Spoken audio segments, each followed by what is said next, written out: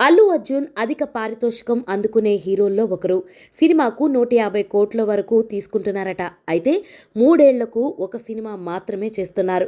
ఆ లెక్కన చూస్తే అతనికి సినిమాల ద్వారా ఏడాదికి 50 కోట్లు మాత్రమే వస్తాయి. ఎందుకంటే పుష్ప 2 కోసం 3 ఏళ్లు టైం తీసుకున్నాడు ఈ హీరో.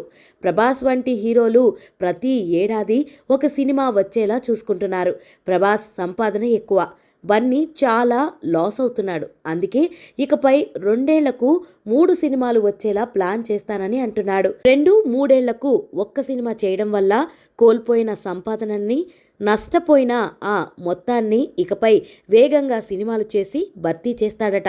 మరోవైపు తాను అందుకున్న మొదటి అడ్వాన్స్ గురించి కూడా చెప్పాడు. ఒకరోజు రాఘవేంద్రరావు అల్లు అర్జున్ చేతిలో 100 రూపాయలు పెట్టారట. ఇదే అడ్వాన్స్, నువ్వు నాకు ఓ సినిమా చెయ్యాలి అన్నారట.